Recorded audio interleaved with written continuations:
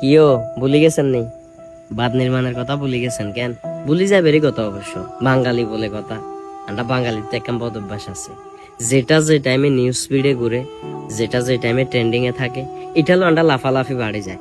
ওরে বাপ ওরে, বন্যা লই কি পরিমাণ পোস্ট, বাঁধ নির্মাণ লই কি পরিমাণ পোস্ট। ঠাস করে হয়তো আপনারা আবার ব্যাকে ভুলে গেছেন।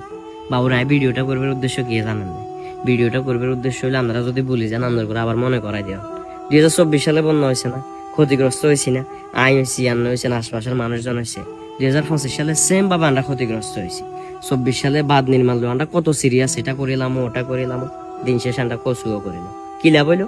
25 সালে আবার বন্যা আছে, আপনার ঘরে হানি আছে, আর ঘরে হানি আছে, কোনো সমস্যা তো নাই। 25 সালে আমরা চুপ থাকবো, আস্তে করে 26 সালে আবার বন্যা আইব। 26 সালে যখন বন্যা আইব, লাইফ জ্যাকেট ইন্দি লাগাইবেন, ডেঙ্গুর একখান বানাইবেন, বানাইবার পরে মানুষের ত্রাণ দিব, হোল্ডাইগে দিব, খাইবেন, চলে তো, সমস্যা গিয়া। ক্ষতি তো খালি আর আপনার একাউন্ট না, ব্যাকের অসুবিধা গিয়া। আমরা বাঙালির সমস্যা গিয়ে জানেন নাই।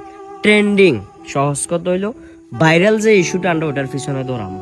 বন্যার ট্রেন্ডিং টপিক যেটা আছিল, ফট করে সোহাগ হত্যা হওয়ার পরে ওই জিনিসটা টোটালি আমরা বলে গেছি।